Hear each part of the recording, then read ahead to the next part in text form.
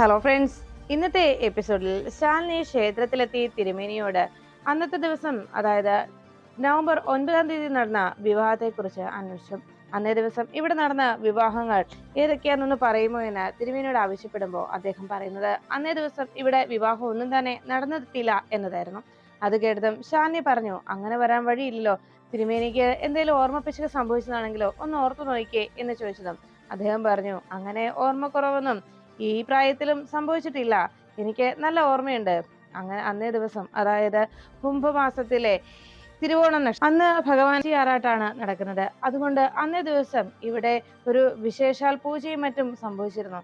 അതുകൊണ്ട് തന്നെ ഈ ക്ഷേത്രത്തിൽ അന്ന് മറ്റൊരു കർമ്മങ്ങളും നടന്നിട്ടില്ല. ഇതത്ര വലിയ ക്ഷേത്രമൊന്നും അല്ലെങ്കിൽ പോലും ഈ ക്ഷേത്രത്തിലെ എല്ലാ കാര്യങ്ങളിലും ഞാൻ എന്റേതായ ശ്രദ്ധ പതിപ്പിക്കാറുണ്ട്. അതുകൊണ്ട് തന്നെ ഇങ്ങനെയൊരു സംഭവം അവിടെ നടന്നിട്ടുണ്ടെങ്കിൽ അത് ഞാൻ അറിയാതെ പോവില്ല, അത് തീർച്ചയാണ് മാഡം എന്ന് പറഞ്ഞതും ശാലിനിക്ക് അപ്പോഴും വിശ്വാസമാകുന്നില്ല. ശാലിനി ആകെ സംശയത്തോടെ ഇനി തിരുമേനിയുടെ കണ്ണിൽ പെടാതെ എങ്ങാനും അങ്ങനെ ഒരു വിവാഹം നടന്നതായിരിക്കുമോ എന്ന് ശാലിനി ആശങ്കപ്പെട്ടു.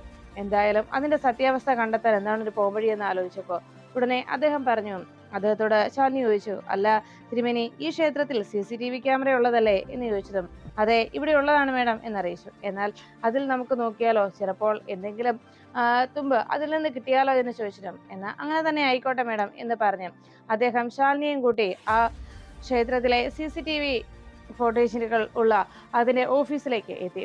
അവിടെ ഭാരവാഹികളിൽ ഇരുന്ന് ഓരോ കാര്യങ്ങൾ ഓഫീസ് വർക്കുകൾ ചെയ്തുകൊണ്ടിരിക്കുമ്പോൾ അവിടേക്ക് എത്തിയ തിരുമേനി പറഞ്ഞു, ഇത് നമ്മുടെ കളക്ടർ മേഡമാണ്, മേഡത്തിന് ചില സംശയങ്ങളുണ്ട്, അതുകൊണ്ട് മേഡത്തിന്റെ സംശയത്തിന് മറുപടി നൽകാൻ, മേഡത്തിന്റെ സംശയങ്ങൾക്ക് അനുസരിച്ചുള്ള മറുപടി നിങ്ങൾ നൽകണം. മേഡത്തിന് ഈ കഴിഞ്ഞ നവംബർ 9 ഈ ക്ഷേത്രവുമായി ബന്ധപ്പെട്ടിട്ടുള്ള എല്ലാ കാര്യങ്ങളിലെയും അന്ന് നടന്ന സംഭവങ്ങൾക്ക് മേഡം ആവശ്യപ്പെടുന്ന കാര്യങ്ങൾ ചെയ്തു കൊടുക്കണമെന്ന് തിരുമേനി ആവശ്യപ്പെട്ടപ്പോൾ ഉടനെ ആ ഭാരവാഹി, അതിനെന്താ, ഞങ്ങൾ തന്നെ ചെയ്യാമല്ലോ, എന്താ മേഡത്തിന് അറിയേണ്ടത് എന്ന് ചോദിച്ചു.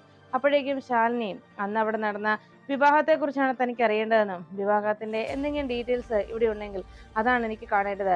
അന്ന് ഇവിടുത്തെ മണ്ഡപത്തിലും ശ്രീകോവിലിന് അടുത്തുമായിട്ട് നടന്ന വിവാഹങ്ങളുടെ അല്ലെങ്കിൽ അന്ന് നടന്ന ചടങ്ങുകളുടെ ആ ഫോട്ടോസ് ഒന്ന് കാണണമെന്ന് പറഞ്ഞു. അത് കേട്ടതും ഉടനെ തന്നെ അതിന്റെ ഫോട്ടോസുകൾ, അന്ന് നടന്ന ആ ക്ഷേത്രത്തിൽ നടന്ന ചടങ്ങുകളുടെ എല്ലാ വീഡിയോസും അവർ കാണിച്ചു കൊടുക്കുന്നു.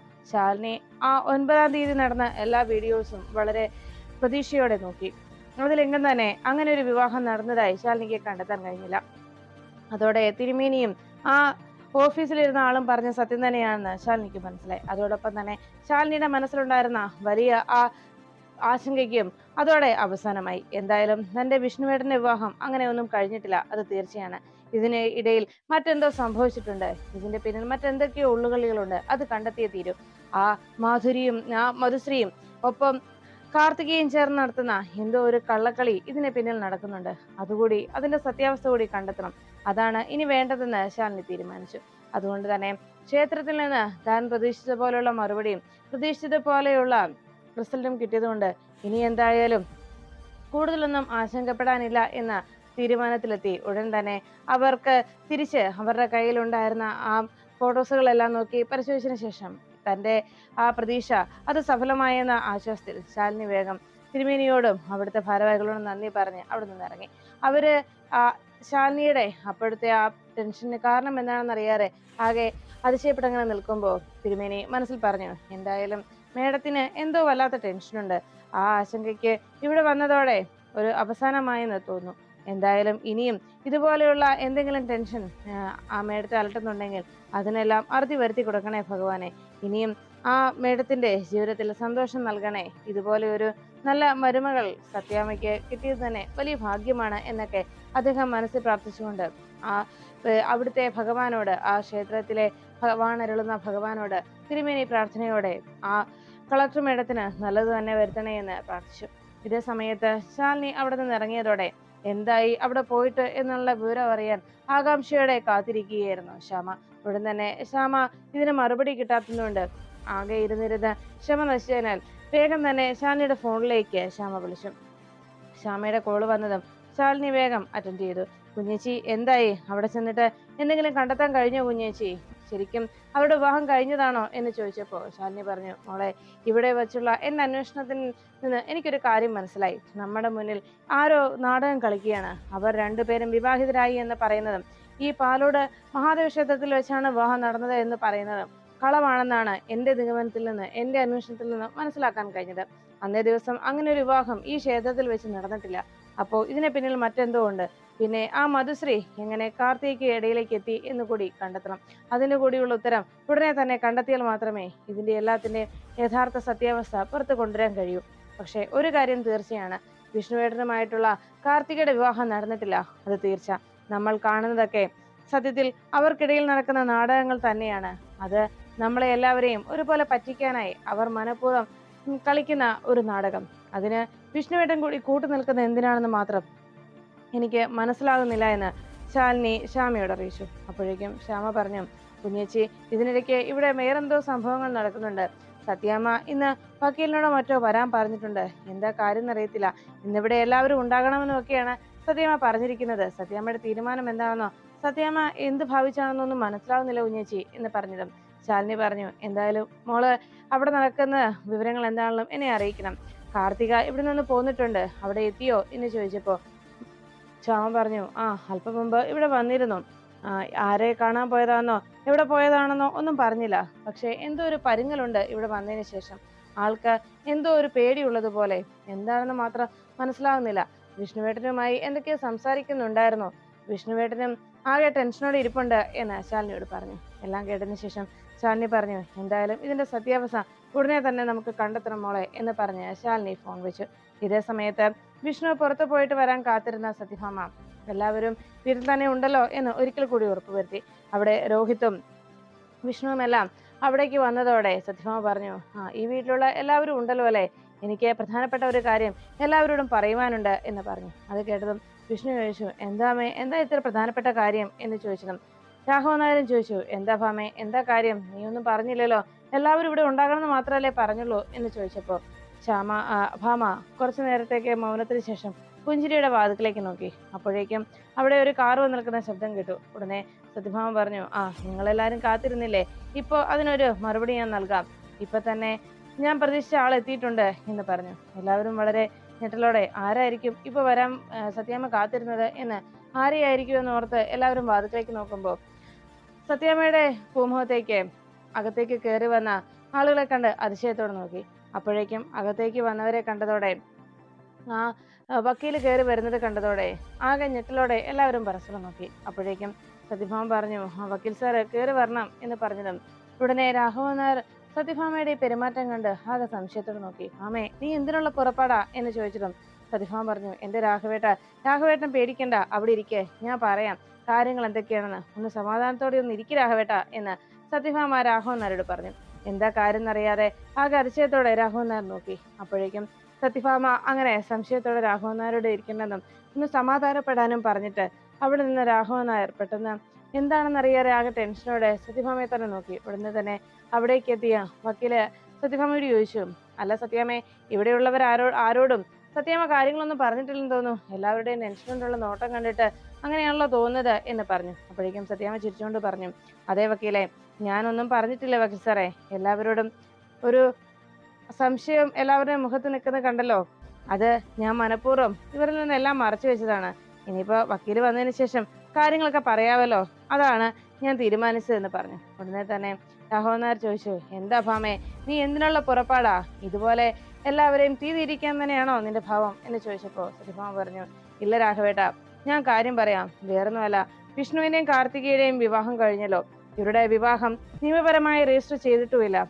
ഇപ്പോ വിഷ്ണുവിന്റെ ഭാര്യ നിലവിൽ ശാലിനിയല്ലേ, അതുകൊണ്ട് തന്നെ വിഷ്ണുവിന്റെയും കാർത്തികയുടെയും വിവാഹം നിയമപരമായി രജിസ്റ്റർ ചെയ്യണം. അതിനുവേണ്ടിയാണ് ഞാൻ തയ്യാറെടുക്കുന്നത് എന്ന് പറഞ്ഞു. അത് കേട്ടതോടെ എല്ലാവരും അതിശയപ്പെട്ട് അങ്ങനെ നോക്കുമ്പോൾ ആ വാക്കുകൾ ശരിക്കും എല്ലാവരെയും ഞെട്ടിച്ചതിനോട് ഉൾപ്പെടെ ആകെ ഭയവും ഞെട്ടലും ഉണ്ടാക്കിയത് കാർത്തികയുടെ മുഖത്തായിരുന്നു. വിഷ്ണുവും ആകെ ഞെട്ടിത്തെറിച്ചിരുന്നു. ഇത് കേട്ടതോടെ ശ്യാമ ഇവരുടെ മുഖഭാവം എന്തായിരിക്കും അറിയാനായി നോക്കിയതും രണ്ടുപേരും ആകെ ഭയന്ന് വിളറി വെളുത്തിരിക്കുന്ന കണ്ടതോടെ ശ്യാമ ആകെ സംശയത്തോടെ ഇരുവരെ നോക്കി. ഉടനെ തന്നെ വിഷ്ണുവിനോട് സത്യഭാമ പറഞ്ഞു, മോനെ വിഷ്ണു, നിങ്ങളുടെ വിവാഹം രജിസ്റ്റർ ചെയ്യുന്നതിന് വേണ്ടിയുള്ള കാര്യങ്ങളാണ് ഞാൻ തയ്യാറെടുപ്പ് നടത്തുന്നത്. അതിന് നിങ്ങളുടെ വിവാഹം നടന്ന ആ സ്ഥലത്തെ ആ ക്ഷേത്രത്തിൽ നിന്നുള്ള അവിടെ നിങ്ങൾ വിവാഹം നടന്നതിന്റെ സർട്ടിഫിക്കറ്റ് വേണം. അതാണ് വേണ്ടത്. അതല്ലേ വക്കീലെ എന്നോട് ചോദിച്ചത് എന്ന് പറഞ്ഞതും ഉടനെ അദ്ദേഹം പറഞ്ഞു, അതെ, നിയമപരമായി വിഷ്ണുവിന്റെ വിവാഹം അതിപ്പോ ശാലിനി ഭാര്യയാണ് എന്നതിനുള്ള തെളിവുണ്ടല്ലോ. ശാലിനി എന്ന് പറയുന്ന പെൺകുട്ടി നിങ്ങളുടെ ഭാര്യയാണ് എന്നതിന്റെ തെളിവ് ഇപ്പോഴും നിലനിൽക്കുകയാണ്. ആദ്യം ആ ബന്ധം നിങ്ങൾ വേർപെടുത്തണം. അതിനുശേഷം മാത്രമാണ് വിഷ്ണുവും ഈ പെൺകുട്ടിയും തമ്മിലുള്ള വിവാഹത്തെ നമുക്ക് രജിസ്റ്റർ ചെയ്യാൻ കഴിയുള്ളൂ, നിയമപരമായി രജിസ്റ്റർ ചെയ്യാനാവുള്ളൂ. അതിന് ആദ്യം വിഷ്ണു ശാലിനിയുമായിട്ടുള്ള ഡിവോഴ്സിന് തയ്യാറാകണം. ആ ഡിവോഴ്സ് നടന്നാൽ മാത്രമേ ബാക്കി കാര്യങ്ങൾ മുന്നോട്ട് കൊണ്ടുപോകാൻ കഴിയൂ എന്ന് അറിയിച്ചു. അത് കേട്ടതോടെ വിഷ്ണുവിന്റെ ചങ്കിൽ വല്ലാത്തൊരു വേദന തോന്നി. ഉടനെ തന്നെ വിഷ്ണു ആകെ ടെൻഷൻ അടിച്ച് അങ്ങനെ ഇരിക്കുമ്പോൾ സത്യമ്മ പറഞ്ഞു, അതെ, അവന്റെ ജീവിതത്തിലെ ഏറ്റവും വലിയ നഷ്ടപ്പെട്ട അല്ലെങ്കിൽ അവന്റെ ജീവിതത്തിലെ ഏറ്റവും നശിച്ച കാലമായിരുന്നു അവന്റെ ആദ്യ ഭാര്യയോടൊപ്പമുള്ളത്. അതുകൊണ്ട് തന്നെ ആ ബന്ധം എന്നേക്കുമായി അവസാനിപ്പിക്കണം. ഇനി ഇതിന് എന്താ വക്കീലെ വേണ്ടത്? അതാണ് വക്കീലിനെ ഞാൻ ഇവിടേക്ക് വിളിച്ചു വരുത്തിയത്. ഇവരുടെ വിവാഹം എത്രയും പെട്ടെന്ന് നിയമപരമാക്കി മാറ്റിയെടുക്കണം. അതിനുള്ള കാര്യങ്ങൾ വേണ്ടതുപോലെ ചെയ്യാനാണ് വക്കീലിനെ ഇവിടെയുള്ള എല്ലാവരുടെയും കേൾക്കെ അക്കാര്യം പറയാൻ കൂടിയാണ് വക്കീലിനെ ഇവിടേക്ക് വിളിച്ചു വരുത്തിയതെന്ന് പറഞ്ഞു. അതെല്ലാം കേട്ടതോടെ അദ്ദേഹം പറഞ്ഞു, ആദ്യം വേണ്ടത് നമുക്ക് ഇവരുടെ വിവാഹം ആദ്യം ഡിവോഴ്സിലേക്ക് കാര്യങ്ങൾ എത്തിക്കണം. ആദ്യ ഭാര്യയിൽ നിന്ന് വിഷ്ണുവിന് വിവാഹമോചനം വേണം. അതാണ് ആദ്യത്തെ കടമ്പ. അതിനുശേഷം ഇവരുടെ വിവാഹം രജിസ്റ്റർ ചെയ്യുന്നതായിട്ട് വേണ്ടത് ഇവരുടെ വിവാഹം നടന്നു എന്നതിന്റെ തെളിവായിട്ട് ഏത് ക്ഷേത്രത്തിൽ വെച്ചാണോ നടന്നത് അല്ലെങ്കിൽ ഏത് ഓഡിറ്റോറിയത്തിൽ വെച്ചാണോ നടന്നത് അവർ നൽകുന്ന സർട്ടിഫിക്കറ്റ് ആണ് വേറെ വേണ്ടത്. അതാദ്യം നമുക്ക് ഈ കോർപ്പറേഷനിൽ രജിസ്റ്റർ ചെയ്യണം.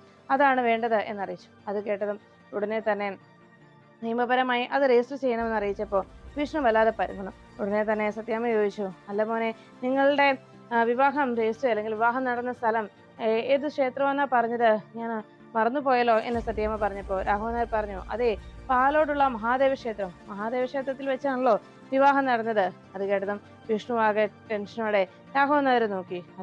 അച്ഛൻ എന്നെ ചതിക്കുകയാണല്ലേ എന്ന രീതിയിൽ വിഷ്ണു അച്ഛനും എന്നെ ശരിക്കും കൊല്ലാതെ കൊല്ലുകയാണല്ലേ എന്ന രീതിയിൽ വിഷ്ണു അങ്ങനെ നോക്കുമ്പോൾ രാഘവൻ നായർ ചിരിച്ചുകൊണ്ട് സത്യഭാമയോട് പറഞ്ഞു, അതേ ഭാമേ, ഈ പാലോടുള്ള മഹാദേവ ക്ഷേത്രത്തിൽ വെച്ചാണെന്നല്ലേ ഇവൻ പറഞ്ഞത് എന്ന് ചോദിച്ചു.